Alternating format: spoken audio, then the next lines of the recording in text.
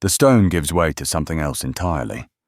Not the familiar carved chambers of Pthumerian design that have haunted the depths beneath Jehannam for millennia, but something that shouldn't exist in any earthly catacomb. The choir scholar's torch flickers against walls that seem to breathe with starlight, and as she steps forward, her boots disturb patches of translucent matter that drift upward like disturbed nebula. This is what lies at the bottom of everything. This is what the great Chalice reveals when brave or foolish souls descend far enough. The air itself feels alien here, thick with a presence that makes human lungs work harder, as if the very atmosphere belongs to another world entirely. Welcome, lore seekers, to Keen 7 Lore, where today we descend into perhaps the most profound mystery in all of Bloodborne's cosmic horror. We're venturing into the alien city that exists beneath and between everything we thought we knew about Jehannam's cursed depths. This isn't just another Chalice dungeon filled with beasts and blood echoes. This is potentially the birthplace of godhood itself, the original point where humanity first touched the cosmos and became something unrecognizable. What the choir discovered down here changed everything about how the Healing Church understood their great work, and what we'll uncover together might fundamentally alter how you understand the entire cosmic truth at Bloodborne's heart. The patches of cosmos floating through these corridors aren't decorative flourishes or mere environmental storytelling. According to the choir's own research notes, preserved in the item descriptions we can still read, the land of lies in contact with the cosmos itself. Not metaphorically, not spiritually, but literally existing at a point where our dimension and others overlap, like pressed flowers bleeding their colors into one another. This allowed the great ones who dwelt here to function on transcendental planes of thought, consciousness existing simultaneously in multiple realities, while their bodies, or what we might generously call bodies, occupied this liminal space between worlds. When you first enter these depths yourself, if you're brave enough to use a great or sinister root chalice, the difference from other labyrinths strikes immediately. The architecture defies Pthumerian sensibilities. Where the tomb prospectors found carefully carved stone passages designed for rituals and burial, presents structures that seem grown rather than built, organic yet crystalline, as if the cosmos itself secreted these chambers like some vast organism creating a pearl around an irritant. The walls pulse with a bioluminescent quality that has nothing to do with any earthly phosphorescence. Sometimes you'll catch glimpses of things moving within the translucent sections of the walls, shapes that might be other explorers in other iterations of this same space, or might be something else entirely watching you stumble through their domain. If you're enjoying this descent into cosmic horror so far, I'd genuinely appreciate it if you'd hit that like button.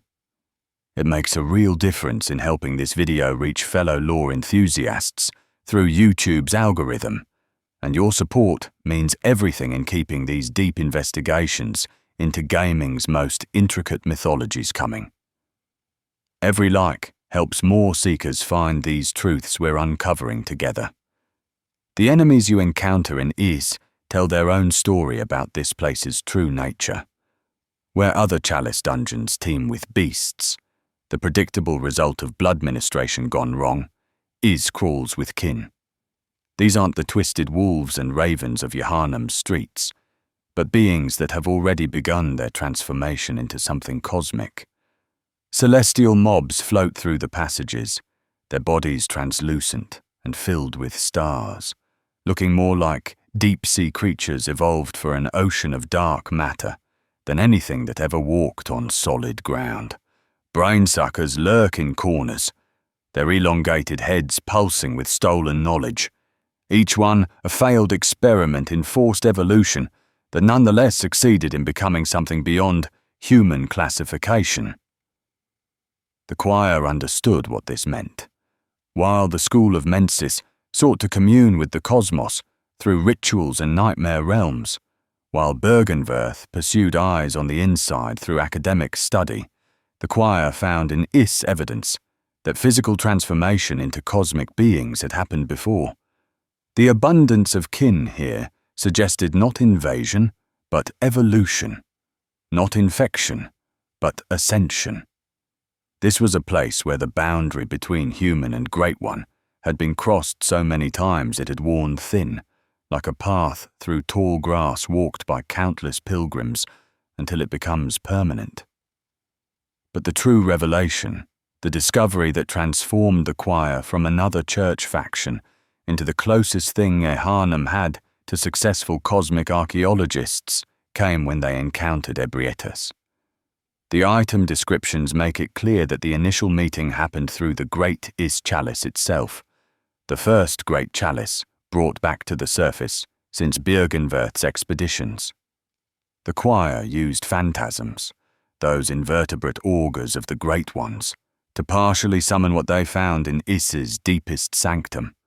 What answered their call would reshape everything they thought they knew about divinity. Ebrietas, daughter of the cosmos, is perhaps the most tragic figure in Bloodborne's pantheon of nightmares. When you find her in the altar of despair, she's not attacking anyone, not spreading corruption, not pursuing any incomprehensible Great One agenda. She's mourning.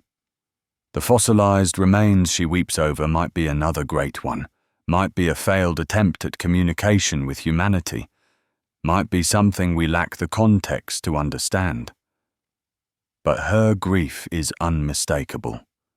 The choir's texts, those we can piece together from various sources, refer to her as the abandoned one, left behind when the other Great Ones ascended to higher planes or departed for dimensions our physics can't describe. Consider what this means. While other Great Ones exist primarily in nightmare realms or require specific rituals to perceive, Ebrietas remained physical, remained present, remained accessible. The choir built their entire upper cathedral around her, creating a sanctum where they could study and communicate with a being that bridged the gap between human understanding and cosmic truth. She became their teacher, willingly or otherwise, sharing through her very existence the secrets of how flesh becomes divine. The transformation process, as far as we can reconstruct from the evidence scattered throughout Es and the research hall, seems to follow a horrifying but consistent pattern. First comes the introduction of phantasms, those strange invertebrates that exist partially in our reality and partially elsewhere. The milkweed rune speaks of those who would be plant-like in their thoughts, accepting the parasites that would transform them. The phantasms serve as more than mere parasites, though. They're translators, converting human neural patterns into something that can comprehend cosmic truth without immediately collapsing into madness. If you're finding value in these revelations about Bloodborne's deepest mysteries, consider subscribing to support the channel and join our growing community of lore enthusiasts. Your support truly makes these deep investigations possible, and there's so much more cosmic horror to explore together. The second stage involves physical transformation. The patients in the research hall, the celestial emissaries, the living failures, all represent different points along this metamorphosis. Some maintain enough human appearance to be recognizable, while others become those bulbous-headed kin we encounter throughout the game. The key seems to be maintaining consciousness and sanity long enough for the transformation to complete. Most fail, their minds shattering under the weight of revelation, leaving behind the hollow kin that attack on instinct rather than intelligence. But some, historically, succeeded completely. This brings us to perhaps the most revolutionary theory about it, one supported by careful analysis of enemy placement, item descriptions, and architectural evidence. The Great Ones whose tombs fill these depths might not have been alien visitors at all. They might have been the original inhabitants of Is, humans or something like humans who achieved full transformation into cosmic beings. The placement of Great One graves, specifically in Ist, rather than scattered throughout all the Chalice dungeons, suggests this was where such transformation first occurred. Think about what this implies for the entire Bloodborne narrative. The blood ministration, the beast scourge, the endless cycle of hunters and hunted, all of it might be humanity's attempt to recreate what happened naturally or deliberately in Is eons ago. The Great Ones we know, the ones whose names echo through nightmares like Uidon, Mergo, and Kos, might have started as seekers just like the scholars of Byrgenwerth or the clerics of the Healing Church. They simply succeeded where all others failed, transcending their mortality so completely that they became fundamental forces of reality itself. The evidence for this interpretation goes beyond mere speculation. The kin we encounter in Is aren't random mutations, but show signs of deliberate transformation. The celestial emissaries, when examined closely, display features that suggest controlled evolution rather than chaotic mutation. Their enlarged heads accommodate expanded consciousness. Their translucent flesh allows them to exist partially in multiple dimensions, and their communal behavior hints at a hive mind that transcends individual identity. These aren't accidents of blood ministration, but purposeful steps toward a specific goal. The Phantasms play a crucial role in this process, and their abundance in Is tells its own story. The Augur of Ebrietas allows hunters to summon these creatures as weapons, but the description reveals their true purpose as intermediaries between human and Great One consciousness. In Is, Phantasms appear not as rare treasures, but as a fundamental part of the ecosystem, suggesting this transformation process wasn't a one-time event, but an ongoing phenomenon that defined the entire civilization. When the choir discovered this truth, they attempted to recreate it in their own laboratories. The Orphanage, that nightmare of child experimentation hidden behind the Healing Church's benevolent facade, represents their most ambitious attempt to birth new Great Ones. The celestial emissary boss we face is their greatest success, a being that achieved stable transformation while maintaining enough consciousness to serve as an actual emissary between human and cosmos. But even this achievement pales compared to what must have occurred naturally in Isis over countless generations. The distinction between kin and Great Ones becomes crucial here. Kin, as we understand them, remain bound primarily to our physical dimension, even as they touch others. They're stuck in a transitional state, cosmic enough to comprehend truths that would shatter normal human minds, but not transcendent enough to exist independently of physical form. True Great Ones, by contrast, exist primarily as concepts or forces, manifesting physical forms when necessary, but not bound by them. When we kill Rom or the celestial emissary in the game, we receive Great One trophies, suggesting that the line between kin and Great One is more fluid than the Healing Church's rigid classifications suggest. This fluidity might explain Ebrietas' unique position. She exhibits characteristics of both kin and Great One, physically present, yet cosmically aware, abandoned, yet divine. Perhaps she represents a different path of evolution, one that maintained more humanity than her fellow Great Ones could tolerate. Her grief at the altar of despair might not just be for a lost companion, but for an entire way of being that her transcended kin left behind. She's too human for the cosmos, and too cosmic for humanity, trapped between worlds in a way that makes her the perfect, tragic teacher for the choir's ambitions. The implications of multidimensional existence in Is go beyond philosophical speculation. Players who explore these depths notice something unsettling about the boss encounters. The same Great Ones and kin can be fought multiple times, not as mere game mechanics, but as a reflection of Isis's nature, as a space that exists across multiple realities simultaneously. When we defeat Ebrietas in one iteration of Is, she remains in others, suggesting that what we're destroying is only the physical manifestation in our particular dimensional slice, while the true being exists across infinite variations. This multidimensional nature might explain why Is serves as such an effective bridge between human and cosmic consciousness. If the city exists in multiple realities at once, then beings dwelling there would naturally develop the ability to perceive and process information from multiple dimensional streams. What seems like madness to singular dimension humans might simply be the natural state of consciousness for beings evolved in such an environment. The phrase, transcendental planes of thought from the root Chalice description takes on new meaning when understood not as metaphor, but as literal description of parallel processing across dimensional boundaries. The choir's experiments with this knowledge produced fascinating and horrifying results.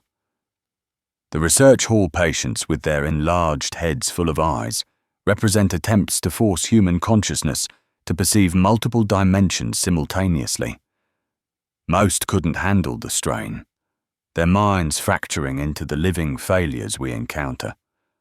But some, like the celestial emissary, found a way to maintain coherent thought while expanded across cosmic planes. The key seemed to be accepting the loss of individual identity, merging consciousness with something greater rather than trying to maintain human ego while gaining cosmic awareness. This connects to another crucial discovery from Is, the nature of the cosmos itself as experienced by the Great Ones. The nebula patches drifting through Is's corridors aren't just atmospheric decoration, but literal pieces of cosmos existing in our physical space. The Great Ones don't travel to the cosmos, they bring it with them, existing in a state where the boundary between self and universe becomes meaningless. This is why human attempts at communion so often fail catastrophically. We try to maintain the fiction of separate self while touching the infinite, a contradiction that minds shaped by singular existence can't reconcile. Pearl slugs found throughout the Chalice dungeons take on new significance in this context. Described as infant phantasms, these creatures represent the larval stage of the beings that facilitate transformation. The choir and other experimenters use them as ritual materials, but in Is, they might have been cultivated deliberately, a controlled system for producing the parasites necessary for guided evolution. The fact that they're found in ritual chalices suggests the transformation process was formalized, perhaps even industrialized, by Is's original inhabitants. Consider the disturbing possibility that what we call the beastly scourge is actually a corrupted version of this original transformation process, where Is's inhabitants used phantasms to evolve toward cosmic consciousness. Yeharnam's blood ministration triggers a devolution toward base instinct. The blood of the Great Ones, without the mediating influence of phantasms and proper preparation, overwhelms human consciousness with power. It can't process, resulting in the beast transformation. The healing church, in their eagerness to shortcut their way to transcendence, created an inverse of what is achieved, dragging humanity down rather than lifting it up. The architecture of Is itself tells this story of transformation. The organic, grown quality of the structures suggests they were created by beings who had transcended the need for traditional tools and construction. Perhaps the city itself is a living organism, a collective manifestation of its inhabitants' merged consciousness. The way passages shift and change in the root Chalice versions supports this interpretation. We're not exploring a dead city, but moving through something that still lives on some incomprehensible level, responding to our presence in ways we can barely perceive. The choir's greatest success, or perhaps their greatest failure, depending on perspective, was creating what they called surrogates for Ebrietas. The celestial children, those small tentacled beings we encounter in the upper cathedral ward, represent attempts to provide the abandoned Great One with companionship or offspring. The fact that Ebrietas doesn't attack us until we threaten these creatures suggests she values them, perhaps seeing in them an echo of what she lost when the other Great Ones departed. But they're imperfect copies, unable to truly bridge the gap between her cosmic existence and human understanding. Iosefka's experiments represent a continuation of this work, though possibly without official church sanction. Her transformation of patients into celestial kin follows the same principles discovered in Is, but with a more personal touch. She seems genuinely convinced she's helping her patients achieve a better state of existence, freeing them from the beast scourge through transformation into something beyond human or beast. Her methods are monstrous by any human standard, but from a cosmic perspective, she might be offering the only true salvation available in Yharnam's dying days. The multidimensional nature of Is raises disturbing questions about free will and identity. If every possible version of events plays out across infinite dimensional variations, then our choices become simultaneously meaningful and meaningless. The choir scholars who descended into Is might have discovered this truth firsthand, finding versions of themselves who had made different choices, followed different paths, achieved different levels of transformation.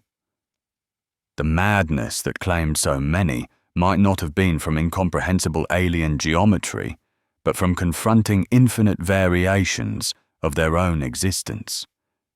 This could explain the ritualistic nature of Chalice dungeon exploration. The chalices don't just open passages to ancient ruins, but create stable pathways through dimensional space, allowing explorers to navigate Is without becoming lost in infinite variations. The root chalices, which generate seemingly random layouts, might actually be showing us different dimensional slices of the same space, each one equally real and equally valid. We're not exploring one Is, but countless versions existing simultaneously, each one containing its own truths and its own horrors. The presence of the brain of Mensis in the nightmare realm takes on new significance when considered alongside Is discoveries. The school of Mensis might have been attempting to recreate Is's dimensional overlap artificially, using the brain as a living anchor point to hold multiple realities in conjunction. Their failure, resulting in the nightmare of Mensis, shows what happens when humans attempt to force what apparently occurred naturally in Is through ritual and willpower alone. The nightmare isn't a separate realm but multiple realities collapsed into each other, creating the incomprehensible horror we experience.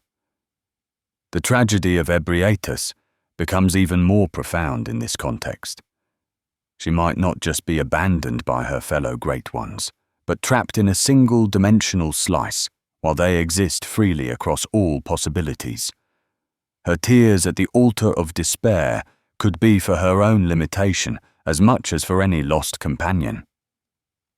The choir found in her not just a teacher, but a prisoner, bound to physical existence in a way true Great Ones had transcended.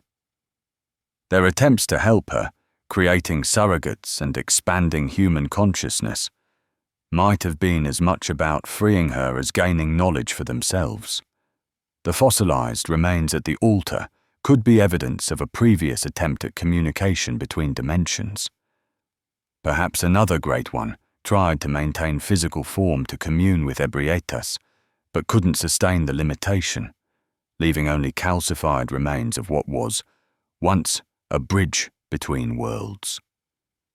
Or perhaps these are the remains of the last Is inhabitant to achieve true transcendence, leaving Ebrietas behind as the sole guardian of knowledge humanity wasn't ready to receive. When we examine the broader implications of Is for the Bloodborne universe, patterns emerge that recontextualize the entire tragedy of Jehannam. The Healing Church's blood ministration represents humanity's attempt to claim power without understanding, to achieve transcendence without accepting transformation. Where Is's inhabitants apparently underwent gradual evolution over generations, accepting parasites and dimensional expansion as natural progression, Jehannam demanded immediate results through transfusion and ritual. The beast scourge isn't a separate plague, but the inevitable result of forcing transformation without proper preparation or acceptance. The hunters themselves might be the closest thing to successful adaptation Jehannam produced. By accepting their role as killers, by walking the line between human and beast, they achieve a limited transcendence. The hunter's dream exists as a pocket dimension, similar to Is's overlap, a space between worlds where hunters can die and return, existing partially outside normal causality.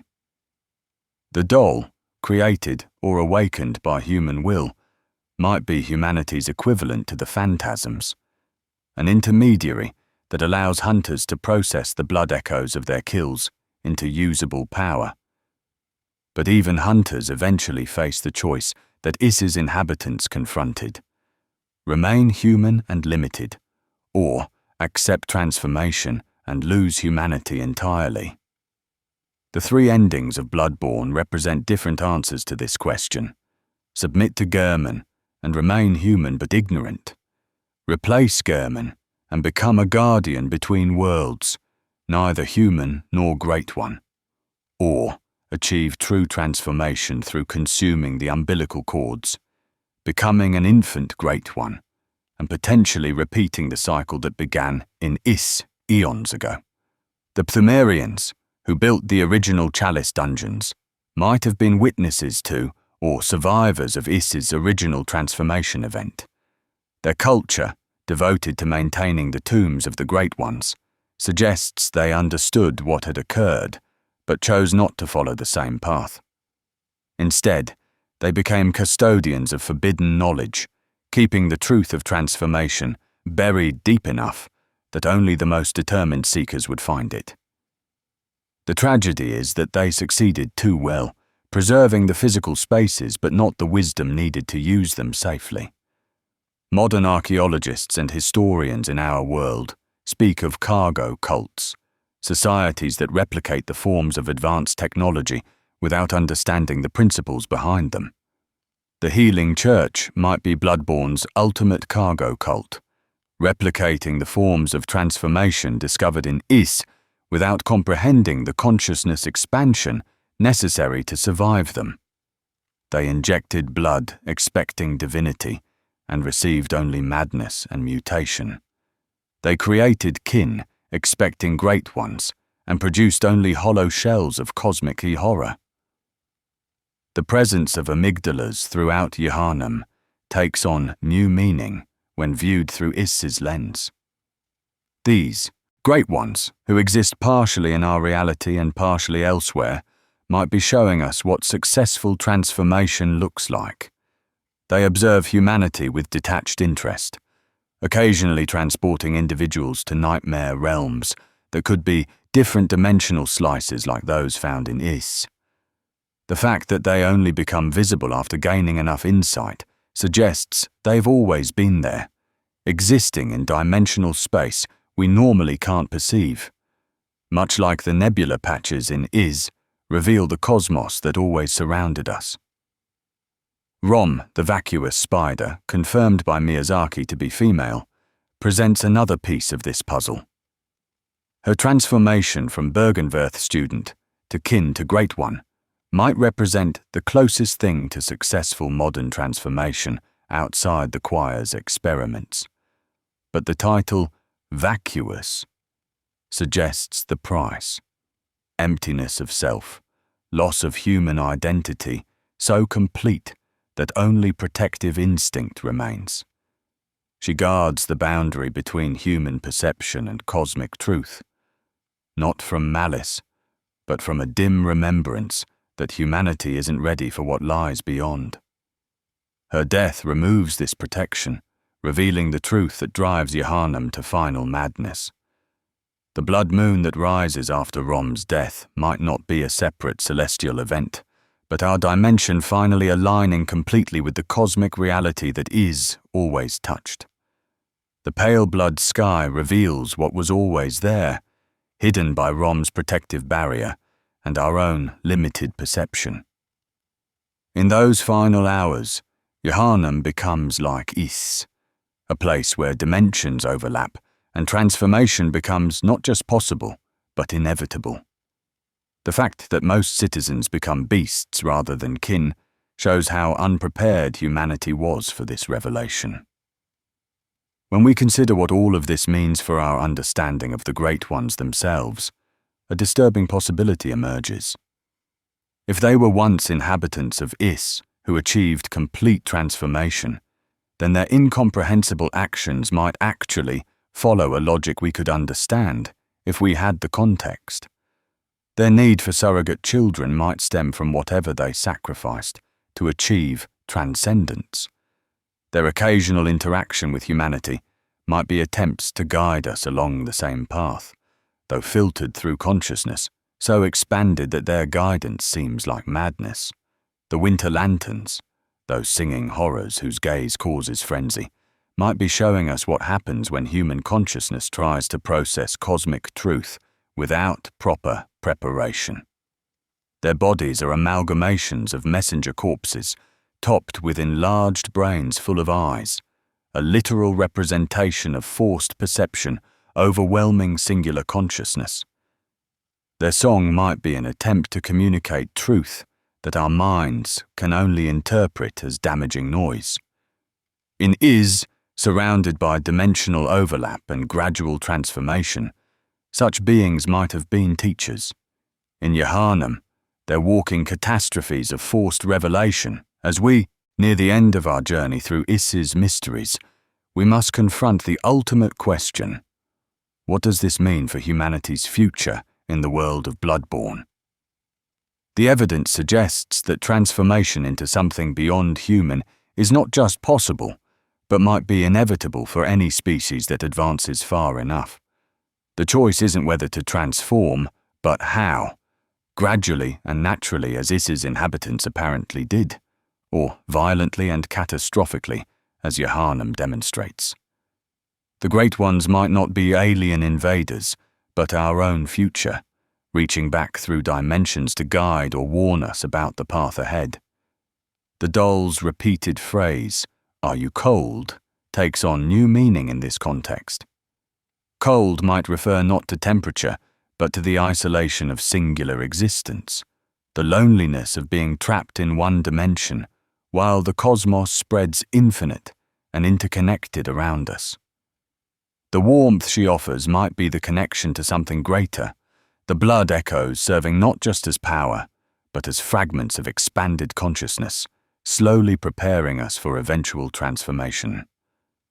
This brings us back to Ebrietas, weeping at her altar, abandoned yet accessible, divine yet comprehensible. She might be the most important being in Bloodborne's universe, the bridge between what we are and what we might become. The choir understood this, building their entire philosophy around her teachings.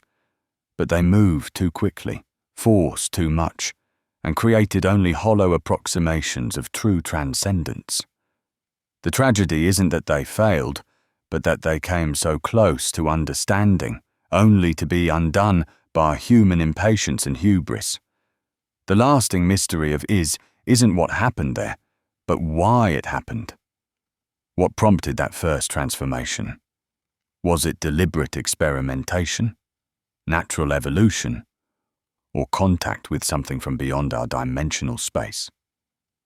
The game provides no definitive answers, leaving us to contemplate possibilities that grow more disturbing the deeper we consider them. Perhaps transformation is simply what happens when consciousness expands enough to perceive its own limitations. Perhaps the Great Ones are not the end goal, but merely another step in infinite evolution towards something we lack the concepts to imagine. The community of Bloodborne scholars and lore seekers has spent years debating these questions, finding new evidence and interpretations with each exploration of Is's depths.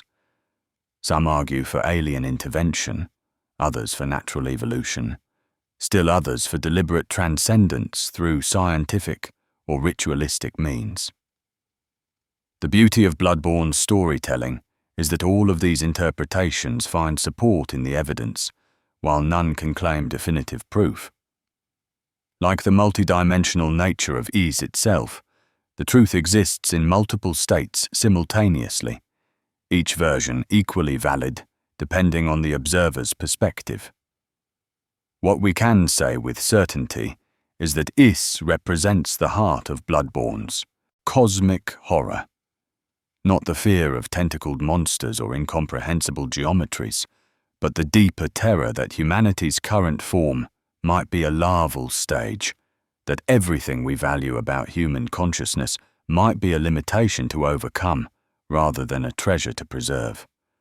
The beast scourge offers devolution as an escape from this truth, while the kin transformation offers evolution at the cost of self. Between these extremes, hunters walk a narrow path, maintaining humanity while accumulating power, until eventually they too must choose a final form. The implications extend beyond Bloodborne's fictional universe to questions about our own future as a species. As we develop technology that expands our perception and capabilities, as we begin to merge with artificial intelligence and explore dimensions beyond our three-dimensional space, we might face similar choices. Will we cling to human limitation out of fear or nostalgia?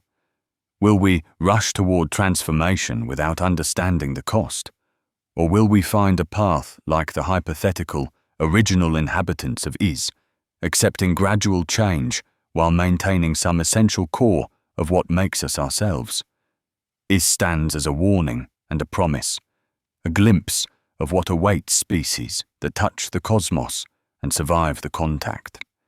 Its alien architecture and drifting nebulae show us spaces where physical and metaphysical meet, where consciousness expands beyond singular existence into something we currently lack words to describe. The choir saw paradise and tried to claim it through force. The school of Mensis saw power and tried to steal it through ritual. But perhaps Is's true gift isn't transformation at all, but the knowledge that transformation is possible, that humanity's current form isn't a prison, but a starting point. This cosmic city beneath everything, this point where dimensions kiss and consciousness bleeds between worlds, remains one of gaming's most profound and disturbing locations. Every journey through its passages reveals new details, new connections, new possibilities for interpretation. The enemies we face there aren't just obstacles, but evidence of paths taken and abandoned, experiments in consciousness that succeeded or failed depending on how we define those terms. The treasures we find aren't just power-ups, but fragments of knowledge from a civilization that achieved what the healing church could only dream of, for better or worse. As we conclude our exploration of Is and its terrible wonders, we're left with more questions than answers, which is perhaps as it should be. The nature of cosmic truth is that it expands with observation, growing more complex the more we understand. What began as a simple dungeon beneath Yeharnam reveals itself as the foundation of the entire cosmic horror that defines Bloodborne's universe. The abandoned city where Ebrietas weeps might be the most important location in the game. the place where humanity's future was written in the past, where gods were born from flesh and consciousness, learned to dream itself into new forms. The beautiful horror of Is is that it suggests transformation isn't corruption, but natural progression. That the boundary between human and divine is more fluid than we comfort ourselves believing. Every great one was perhaps once something like us, facing the same choice we face, accepting transformation or accepting limitation. The fact that they chose change doesn't make them evil or good, simply different. Existing in states of consciousness we can glimpse but not fully comprehend. Their occasional interaction with humanity might be nostalgia, curiosity, or attempts at communication across a gap that grows wider with each passing generation. Thank you, fellow seekers, for joining me on this deep dive into one of Bloodborne's most fascinating mysteries. The journey through Is reminds us that the best horror isn't about monsters jumping from shadows, but about confronting truths that challenge our fundamental understanding of reality and our place within it. If you found value in this exploration, please consider subscribing to join our growing community of lore enthusiasts. Hit the notification bell to ensure you don't miss future investigations into gaming's deepest mysteries. Share your own theories about Is and the Great Ones in the comments below. Did the inhabitants of Is achieve transcendence or damnation? Is Ebrietas prisoner or teacher? What does the cosmic truth of transformation mean for humanity's future? Your insights and perspectives help build our collective understanding of these incredible narratives. Remember, in the pursuit of cosmic truth, we're all students of the unknown, learning together what lies beyond the veil of human perception. Until next time, may your insight grow gradually and your humanity remain intact.